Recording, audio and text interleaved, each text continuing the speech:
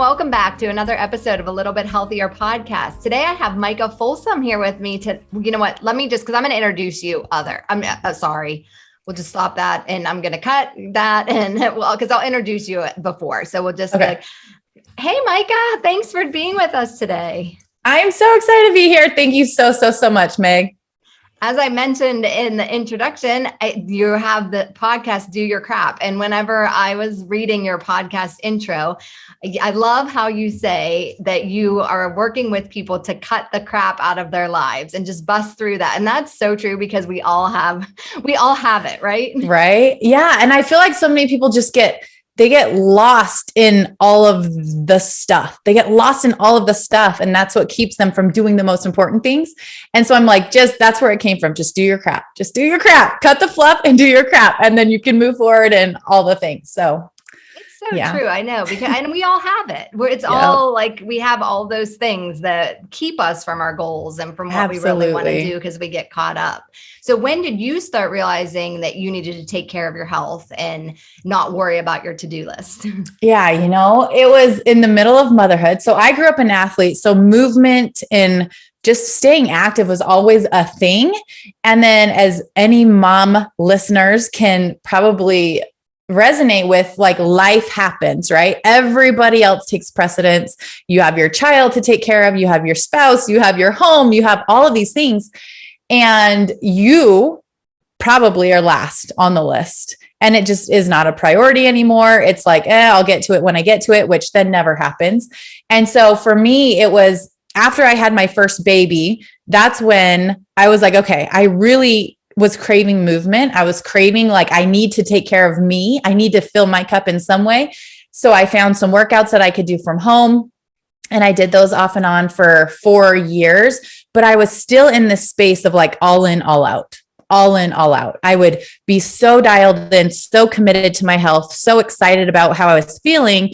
And then something would happen. A vacation would come, life would happen, a trial would come, the kids would need extra of me, whatever. And I would just go completely AWOL and back to square one. And I was so in this cycle of just like feeling like I was on again, off again, on again, off again.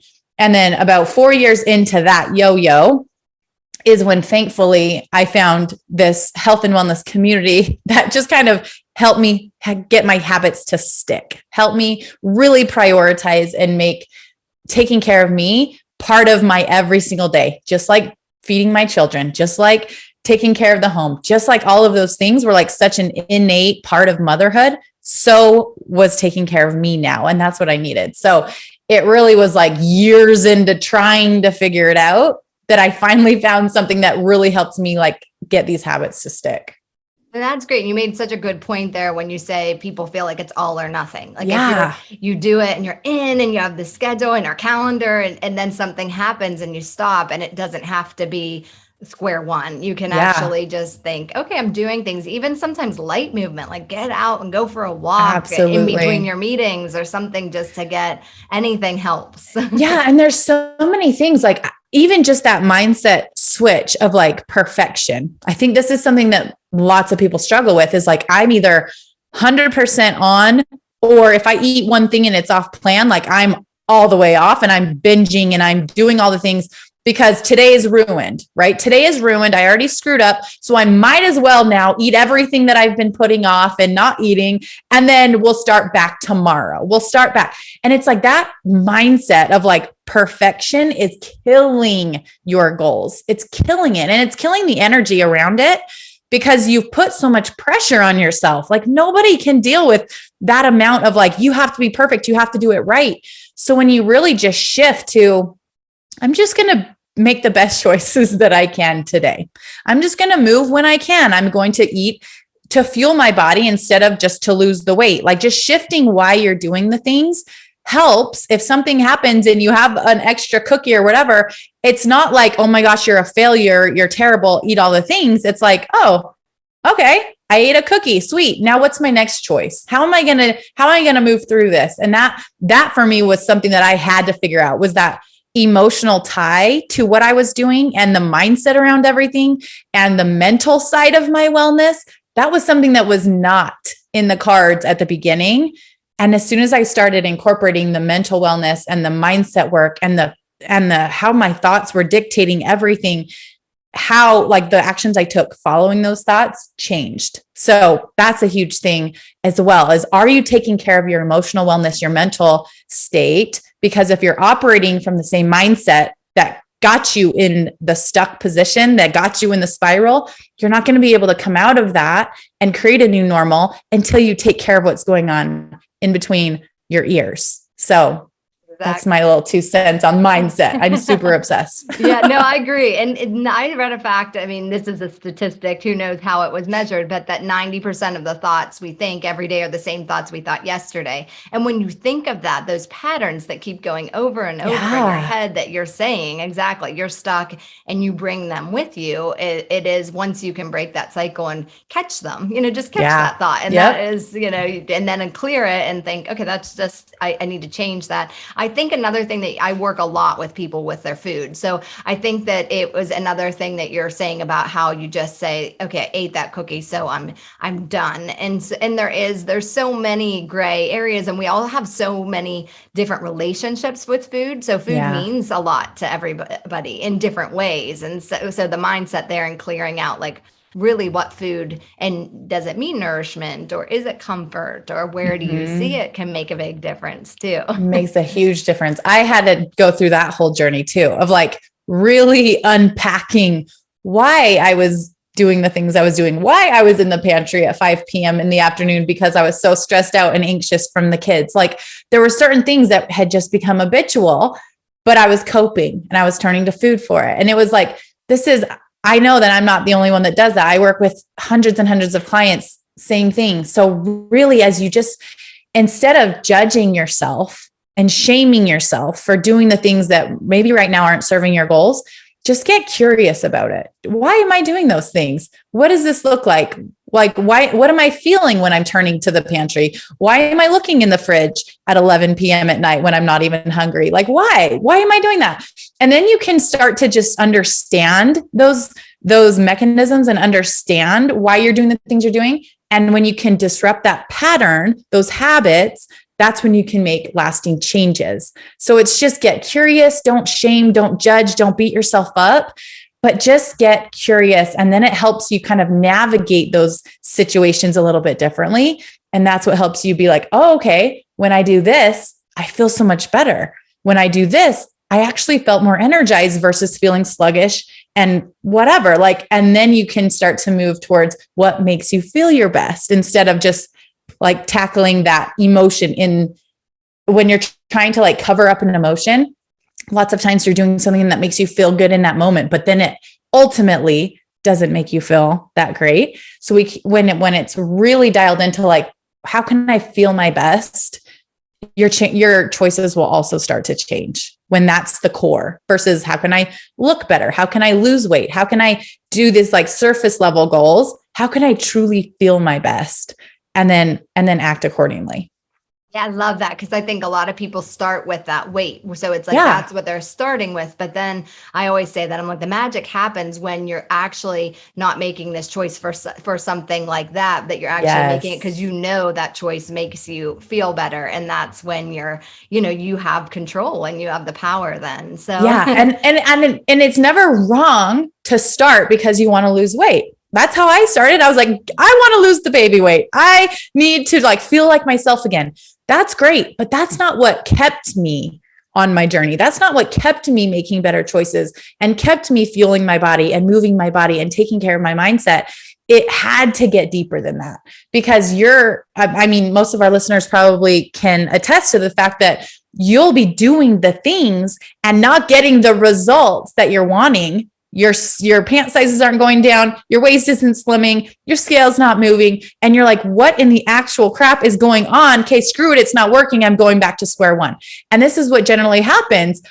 But it's in those moments of like results aren't happening physically. And yet you stay the course. You continue to do the things that are best for you from the inside out, not just for the external results. And then the results will come through. Sometimes our bodies just take time to figure out what's going on and to shift and all of those things. And we've got to just give it time.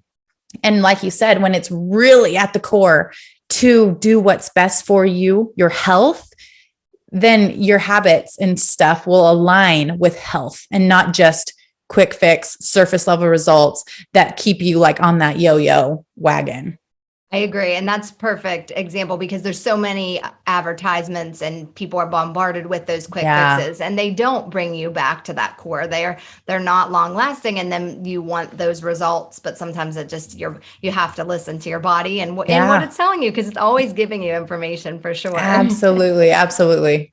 So you have 5 kids and you're a busy mom, you have a business. So how, we're talking about food, but exercise is also a big component. And how do you find the time to exercise and make healthy meals for your kids? Because I know that's a struggle for a lot of women.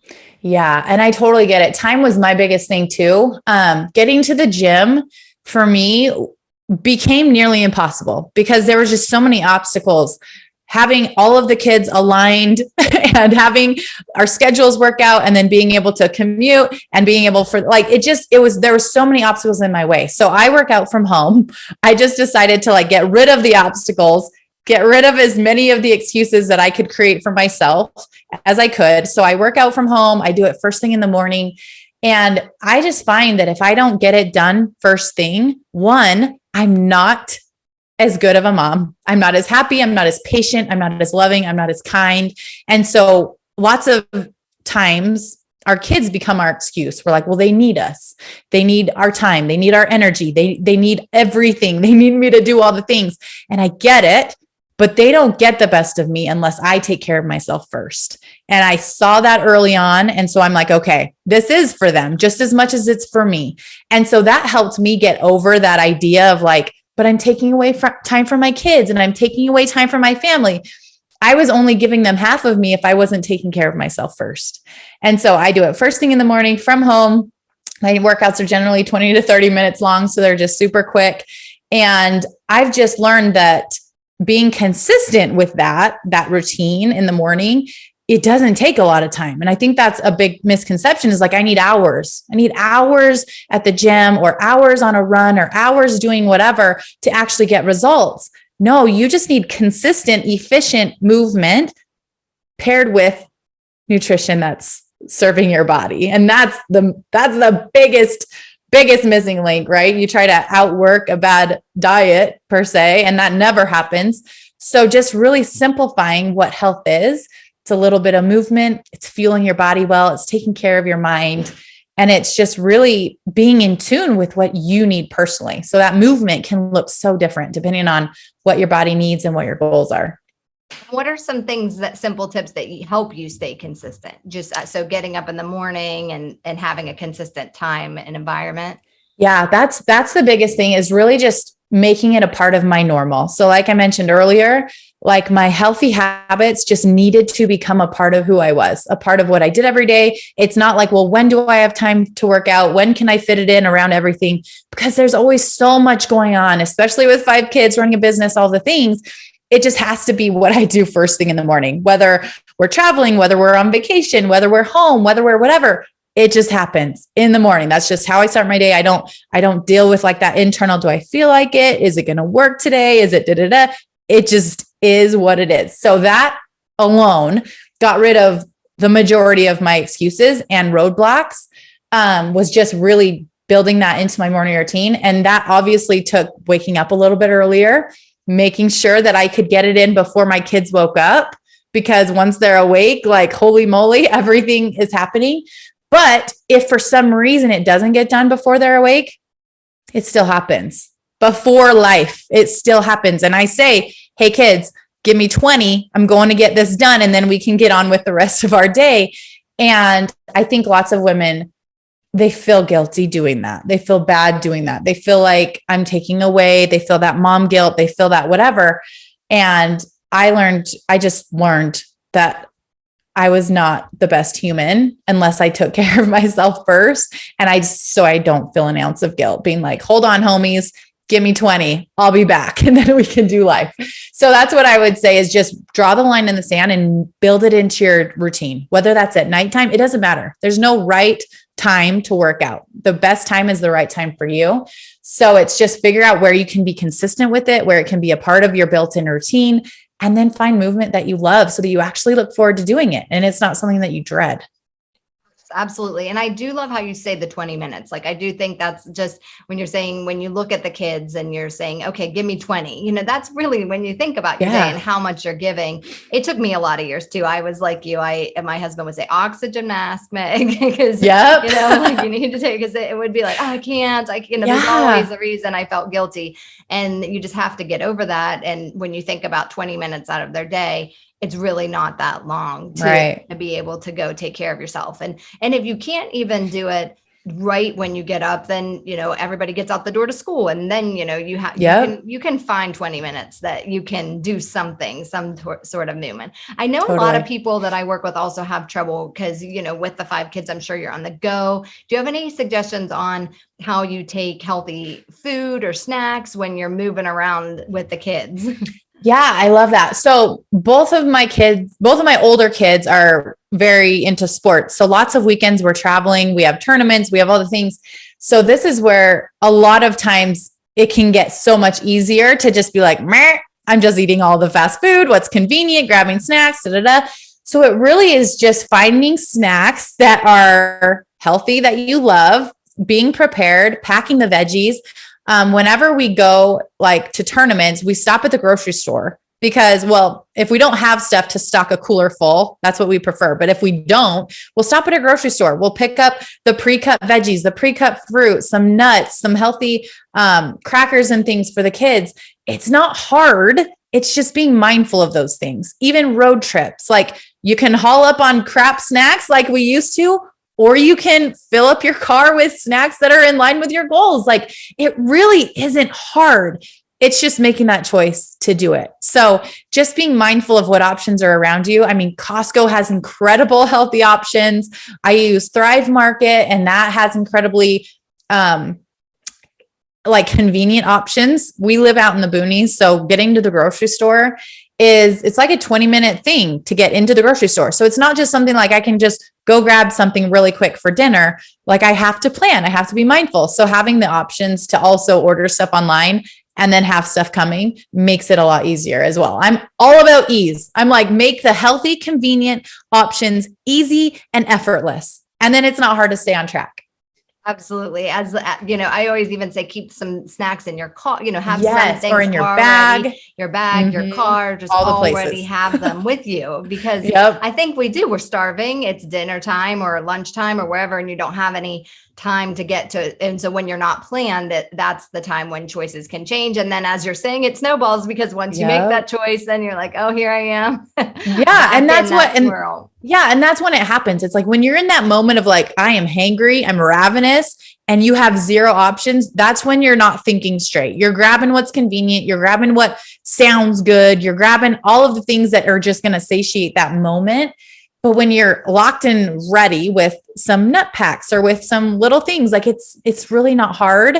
Just have them with you, have them in your bag, have them in your car. Like you mentioned, have them in the kids' bags. Like, they're the ones also that are asking for snacks all the time. And what I hear lots of times is like, well, how do you get your kids to eat healthy? How do you get them on board to start to try new things? You just stop getting the crap. You just stop getting it, because when I hear, oh, it's too expensive to eat healthy, I will tell you personally, what's expensive is buying the crap and buying the health stuff. When you're trying to do both and you're trying to appease your kids and have those snacks on hand and have the cereal and have the this and have the that, and you're trying to eat well and have veggies and fruits and nuts and whole foods, that's expensive. But when you kind of just like make the shift to have their whole family on board with healthier habits, you're not paying all of that costs for the other junkier stuff. And you're probably not going to be eating out nearly as often. You're not going to be stopping at the fast food joints because it's easy, because you have food at home to prepare. So it really balances itself out when you fully make the shift. So when you're trying to do both, you're going to feel it. You're going to be like, holy crap, that was way more expensive to buy all that health food. when I could just buy this quick fast food joint or whatever. But when you're really committed to just making the shift, it's not. So really just make up your mind and then make the shifts and start to swap things out slowly. You don't have to like overhaul. You don't have to get rid of everything you have in your pantry. Get it eaten. Sure. Eat it all up, but just don't continue to buy it and start to shift, start to make healthier swaps for the chips, for the crackers, for the nut butters, for the pastas. You can start to just make those shifts. And that's how your family, they probably won't even notice, honestly. They're probably not, they're just going to eat what's in front of them. So as the mom, especially if you're buying the food, you are the boss. You are the one making, like calling the shots. So you're going to get some grief a little bit. You're going to get some backlash from the kids and some complaining. Just embrace it. Get them to try new things.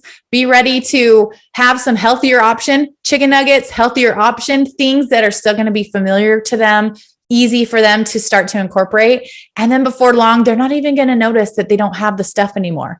And so it's just like this gradual thing. So just give it time and give yourself grace as you're figuring it all out. But it's so worth it. And it's so good for them too, to start incorporating that early on. Then they're getting the health habits that they need, because they need those too. And the way our society has shifted in the foods that are so available, aren't good for our kids. I mean, that's a whole nother topic, but aren't good for our kids either. So, really getting them started at this age and getting into those. And like you said, once if that's their choice and that's what they have, then they eat that and they don't know any different. Totally. And there's so many better options, I think, to eat healthy too than there used to be. So I think like you can find those, like Thrive Market is a great place to look in different places. Grocery stores now have sections that have more healthy choices for some of those, even to-go foods, than we had 5-10 years ago. So I think there's so much around us. It's interesting. So for those of you that haven't listened, I had Meg on my podcast and we dug into gut health. And it was right when I was starting my own gut health journey. And it was right when I was learning all about it and educating myself around just the importance of it. And it was so incredible. Like I have like recommended that episode to all of my clients, all of my team. Like, I'm like, go listen to this. You'll feel so empowered and so excited. And so thank you for one, for being on. You're incredible. But two, it was eye-opening. So for that journey, and I'm continuing to do it because I feel so freaking good. It was like eliminating gluten and dairy and corn and all of these things that I was like, I don't have sensitivity to that. I don't need to. So I just ate them all the time. And so when I went to Costco for the first time and I was like, okay, I got to get stuff that's gluten-free, dairy-free. Holy moly, how am I going to do all this stuff? There were so many options that I had literally just never seen because I was not looking for them. And so it really is, as you start to really get clear on however you want to eat, how you want to make your shifts, you'll start to see things more readily. You'll start to see how available healthy options really are. And then the overwhelm and that kind of stress starts to alleviate. So just like make whatever choices you need to make, figure out your game plan. And then when you go to kind of stock up, I think this is what happened to me. You'll literally just be like, oh my heavens, like a sigh of relief. I have so many options. I can eat so many things, and focusing on what you can eat and for your body instead of what I can't eat. Of course, if I would have gone looking for all of the sugar options, all the baking goods, like all of the things, I would have seen all of those. And then I would have felt angry that I couldn't get them because I can't eat them, right? There's such a different feeling to where you focus. So focus on all of the options you can eat. Focus on all of the good whole foods that you can fill your body with that are going to help you feel so much energy and just so light and so free versus what you're eliminating for whatever reasons. And it completely shifts your energy around it too.